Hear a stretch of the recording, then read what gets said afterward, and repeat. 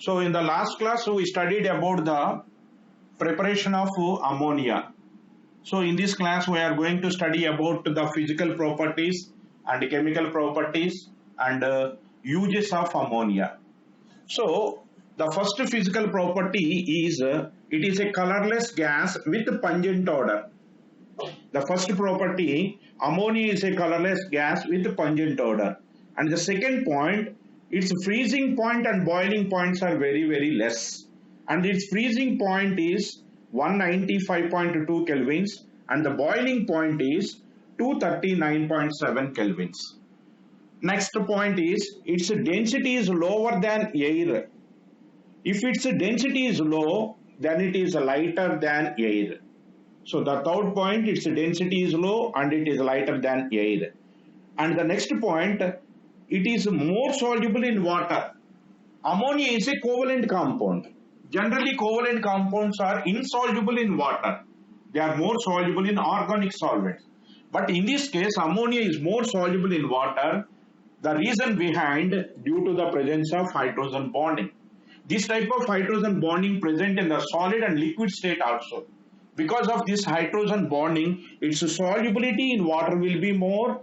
Because of that hydrogen bonding, its melting point and boiling points are more than the expected according to the molecular weight. According to its molecular weight, it must have certain value. But experimentally it was found that its boiling point and melting points are more than the expected. The reason behind due to the presence of hydrogen bond. And another important physical property is it is easily liquefiable gas. Some of the easily liquefiable gases are there. In those, one of them is ammonia. And already we studied in thermodynamics or states of matter. In states of matter, we studied about these easily liquefiable gases, liquefaction gas. So one of the liquefiable gas is ammonia and another one is CO2 and HCl, etc. So, and it can be easily liquefied even at room temperature. So these are some physical properties of ammonia. Next, we'll study about the structure of ammonia. Next, we'll study about the structure of ammonia.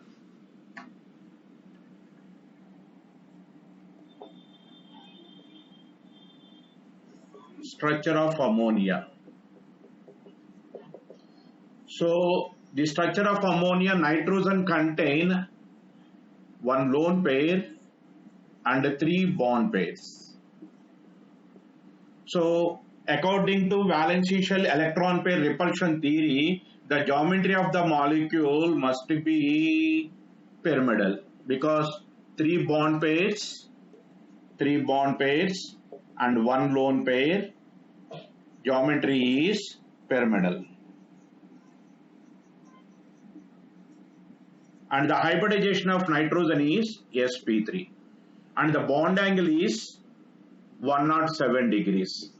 We know why the bond angle is less than the tetrahedral bond angle due to the presence of repulsions between lone pair and bond pair. And NaH bond length is 101.7 picometers. 101.7 or 101.7 picometers. That is about the structure of ammonia. Next, another important point regarding this ammonia. After ammonia is extracted or ammonia is prepared in any one of the process, that is from Haber's process or any one of the process what we are discussed in the previous classes, that ammonia is associated with moisture or some water droplets are present in ammonia. So in order to remove this moisture, ammonia is treated with a dehydrating agent.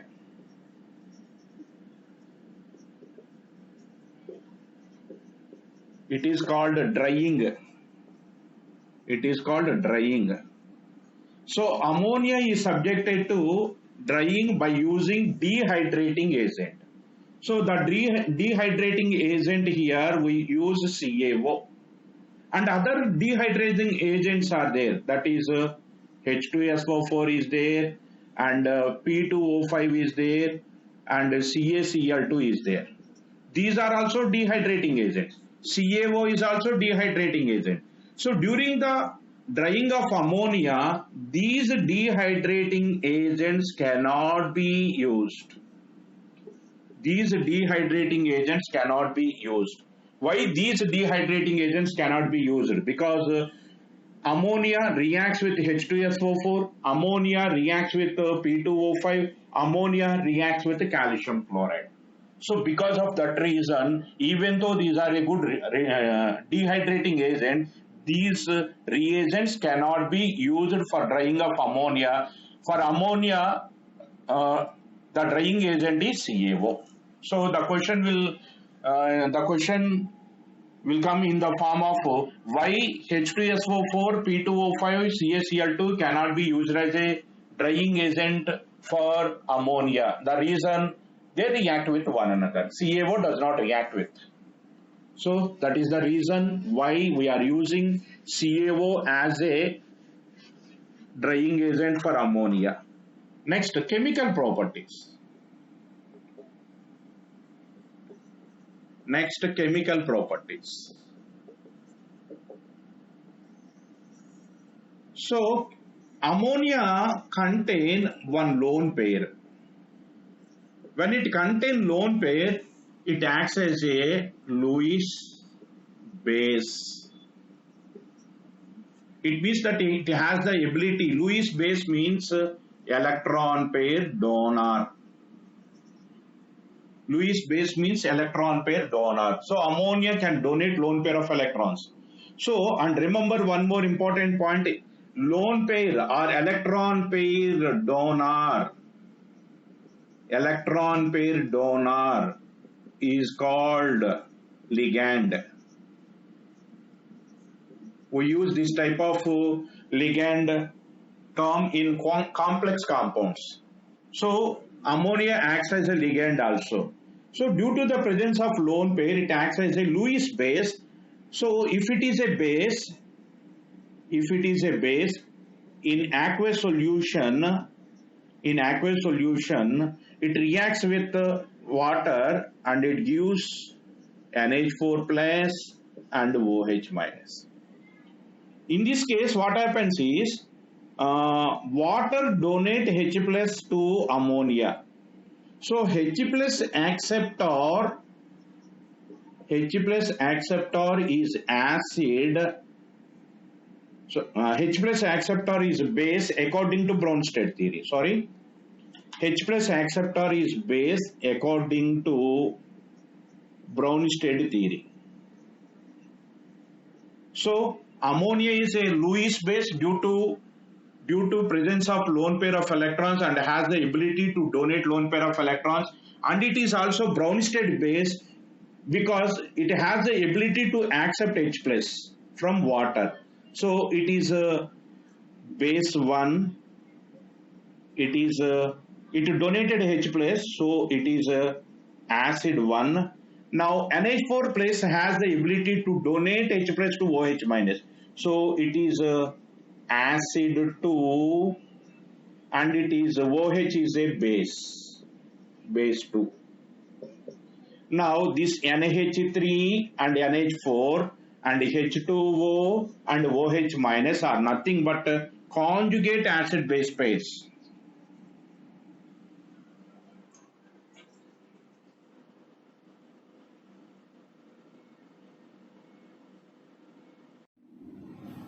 So chemical properties of ammonia. The first property, basic nature.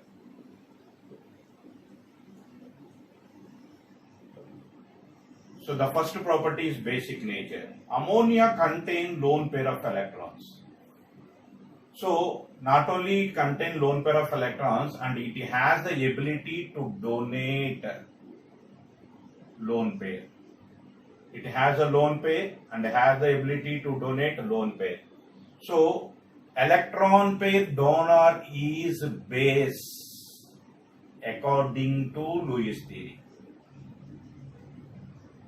according to Lewis theory, electron pair donor is a base.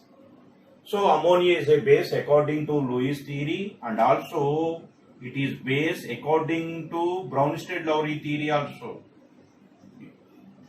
In aqueous solution, ammonia accepts one H plus from water and it is converted to NH4 plus and it releases OH minus ion.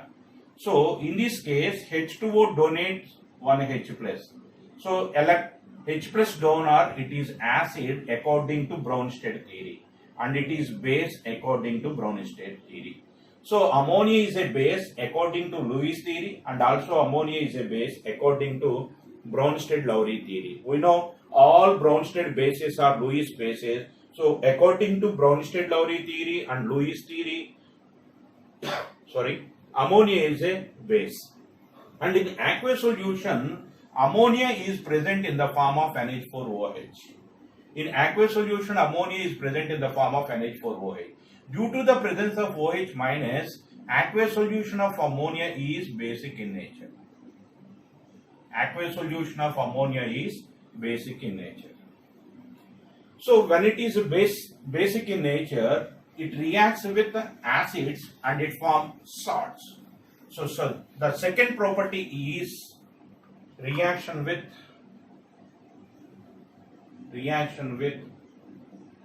acids. Reaction with acids. So ammonia reacts with HCl and it forms ammonium chloride salt. Ammonia reacts with H2SO4. In this case, we have to take 2 moles. It gives NH4 twice SO4. This is called ammonium sulfate. This is ammonium sulfate.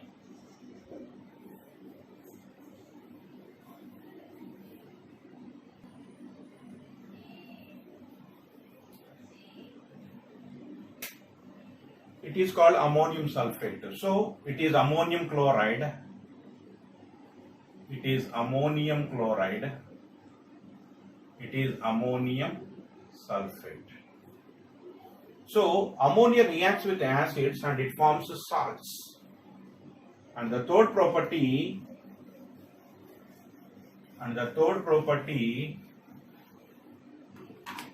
it precipitates, ammonia precipitates many of the metals salts as metal hydroxides.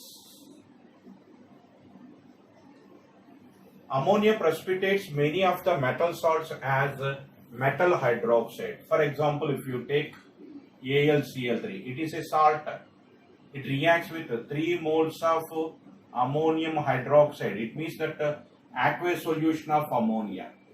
Aqueous solution of ammonia precipitate many of the metal salts as metal hydroxide. In aqueous solution, ammonia exists in the form of ammonium hydroxide. So here 3 hydroxides and aluminium, it gives AlOH taken thrice. It is a precipitate. It is a gelatinous white precipitate.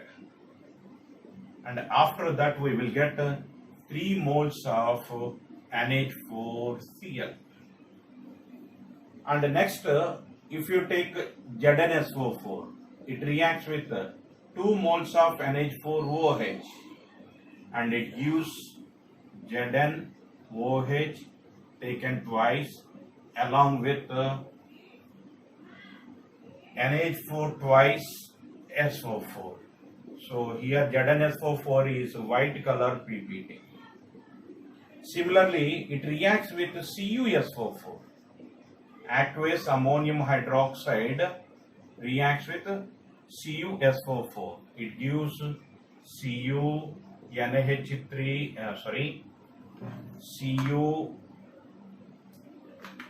CuOH taken twice along with NH4 twice SO4. So it is blue color precipitate. It is blue color precipitate. In the same manner, it reacts with in the same manner it forms a precipitate with Fe2O3, or you can take FeCl3 because the salt FeCl3.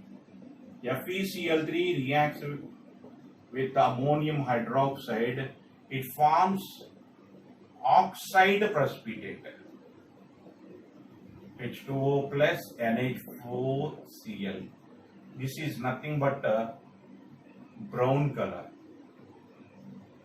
It is nothing but brown color. In this manner, aqueous ammonia solution precipitates these metal salts as hydroxides or oxides. That is another property of ammonia. Next property,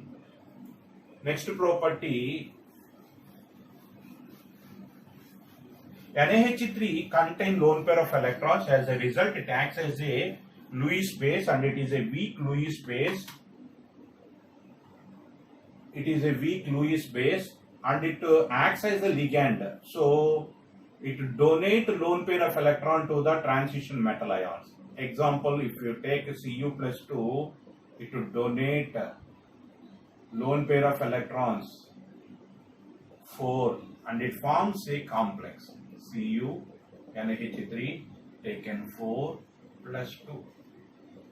Due to the presence of lone pair of electrons, it acts as a Lewis base, and also it acts as a ligand. Ligand is nothing but electron pair donor. So it will donate electron pair to the Cu plus 2, and it forms a complex. This is blue in color. That complex is blue in color. So ammonia is used for the detection of the metals. Detection of metals like Cu plus 2. And also it is used,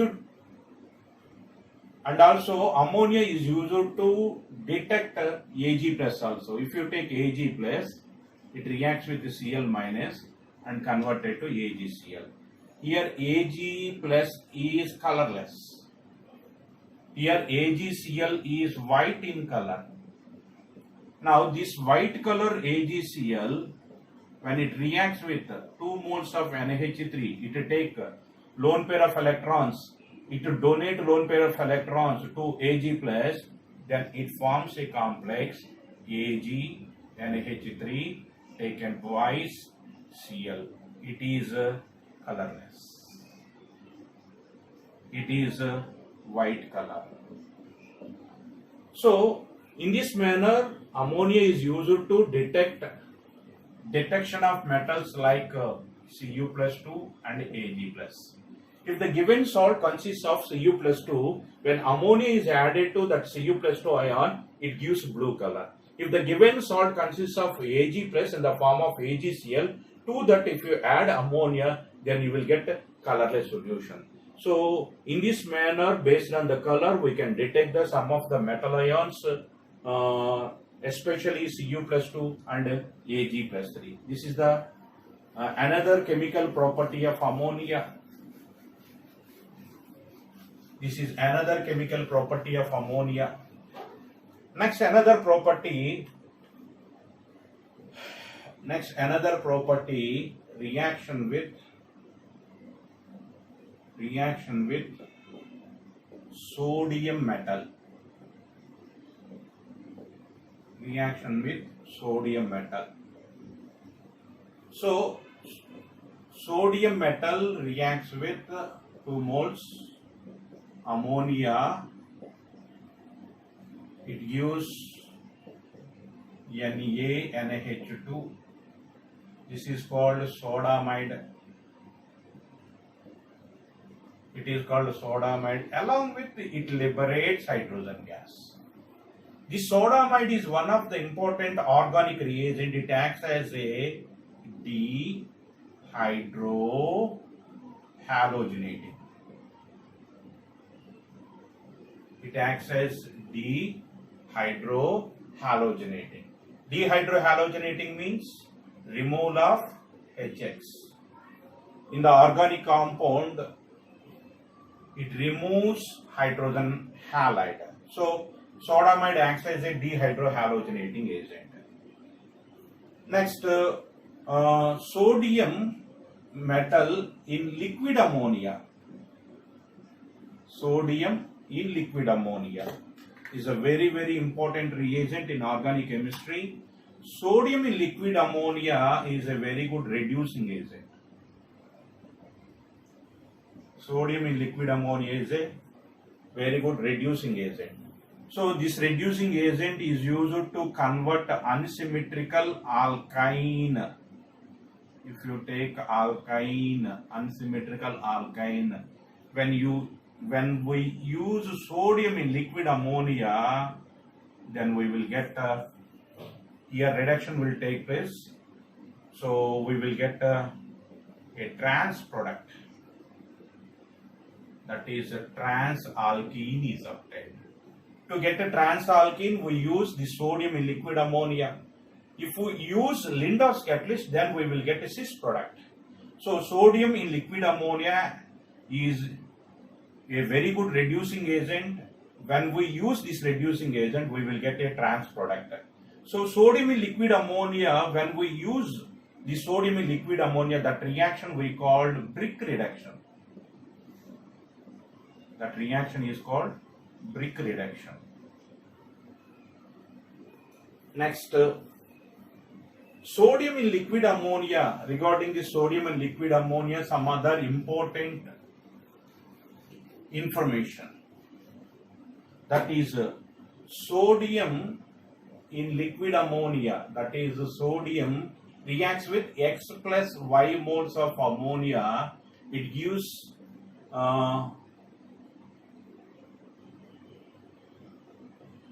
X cation, X moles ammonia reacts with the sodium and it gives a complex like this, and another one electron NH3 taken Y minus. How that complex is formed? Let us see sodium. Sodium dissociate, undergo ionization, it releases Na plus and electron. This Na and sodium X moles forms this compound. This electron and Y moles of ammonia form this complex.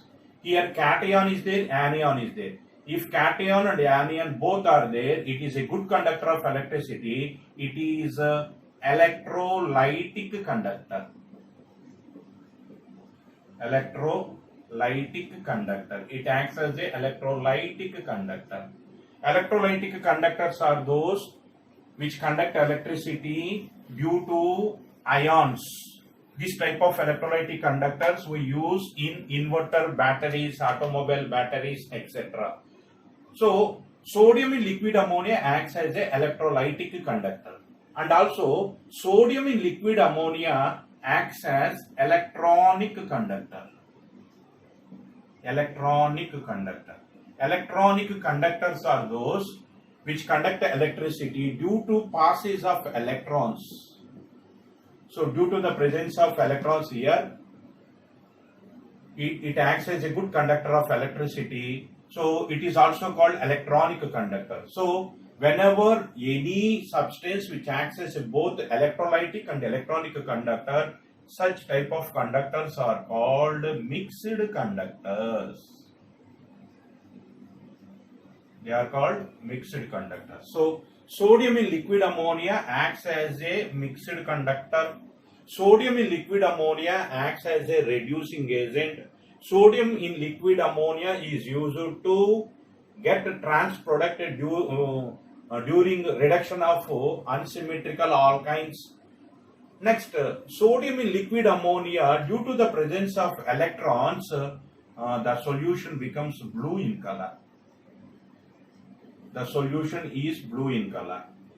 And due to the presence of free electrons, sodium in liquid ammonia is paramagnetic in nature. It is paramagnetic in nature. So this is some very good information regarding this sodium in liquid ammonia. Sodium reacts with ammonia and it forms sodamide. Sodamide is a very good dehydrohalogenating agent. It is used in organic chemistry.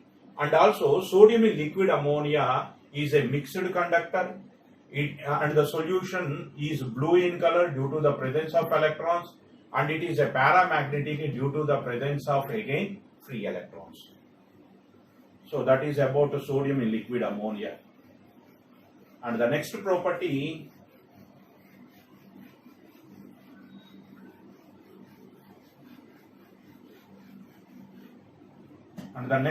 is reaction with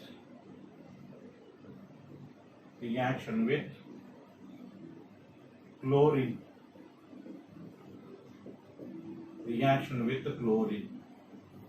So ammonia, excess of ammonia reacts with 3 moles of chlorine. In this case, ammonia is excess when compared to the chlorine. So 8 moles of ammonia, 3 moles of chlorine, total 6 moles of 6 chlorine atoms are there. 6 chlorine atoms reacts with 6 NH3 and it is converted to NH4Cl. And after that, one nitrogen gas, 6 moles of ammonia is converted to 6 moles of NH4Cl. Remaining 2 nitrogens are liberated in the form of nitrogen gas. Here hydrogens 8 3s 24, here 6 into 4 24 hydrogens are balanced. Similarly, if you take ammonia made to react with excess of chlorine, here the chlorine is excess. Now nitrogen takes 3 chlorines and it is converted to NCl3. Next 3 hydrogens and 3 chlorines, they are converted to HCl. So if excess of chlorine, then we will get NCl3. If excess of ammonia, we will get ammonium chloride along with the nitrogen gas is liberated. Next property, reaction with Nessler's reagent.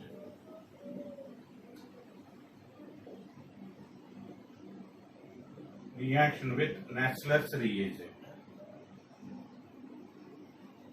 So what is Nessler's reagent? How this Nessler's reagent is prepared? Let us take mercurous chloride when it is treated with potassium iodide. Then we will get replacement of this chlorine with iodine will take place. Then we will get HgI2 along with 2 KCl. Now that mercurous iodide again reacts with 2 moles of potassium iodide, then it forms a complex. Here the cation K2 is there.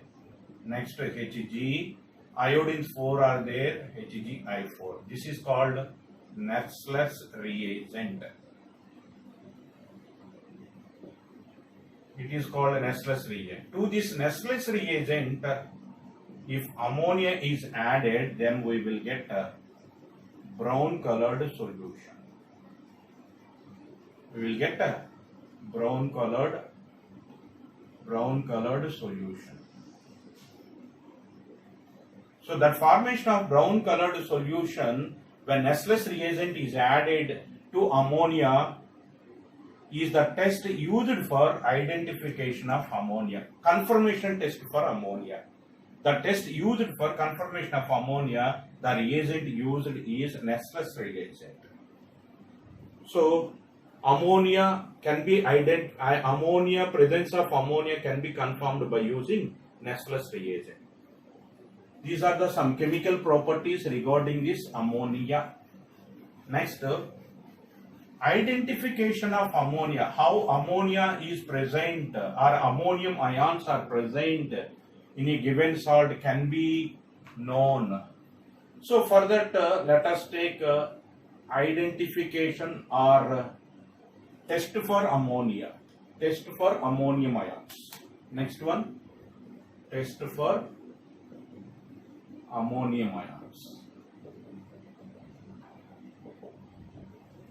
So let us take a solution. The solution contain ammonium ions. So how we know ammonium ions are present in this solution? To this we will add NaOH, and the solution is subjected to heating by using burner. Then what happened is ammonia gas will be liberated.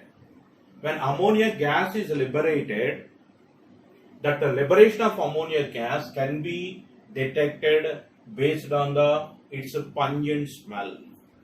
And also this liberation of ammonia can be detected when you place a glass rod. When you place a glass rod containing HCl. Now the glass rod is placed in the HCl solution. After that, that HCl solution is exposed to the ammonia gas which is liberated from here. Then what happens is white dense fumes are produced. White dense fumes are produced. So that white dense fumes production indicates that ammonium ions are present in the solution. This is the identification test for ammonia. Nessler's reagent is the confirmation test for ammonia. After that, what are the uses of ammonia? What are the uses of ammonia?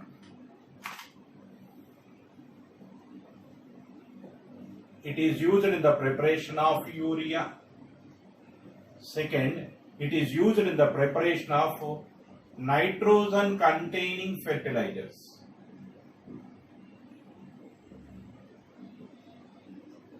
Nitrogen containing fertilizers. Nitrogen containing fertilizers are nothing but ammonium nitrate, ammonium sulfate, ammonium phosphate. So these are used as a fertilizers. In all these fertilizers, nitrogen is present.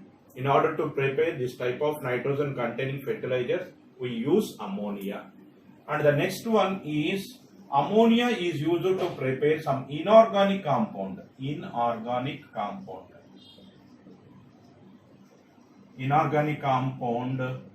like HNO3.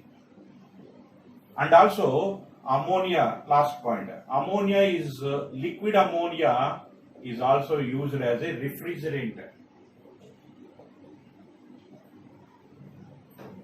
like N2, liquid N2 also used as a refrigerant. Ammonia is also used as a refrigerant. That is the complete story of ammonia, preparation of ammonia, physical properties of ammonia, chemical properties of ammonia, structure of ammonia, uses of ammonia, identification test for ammonia, confirmation test for ammonia.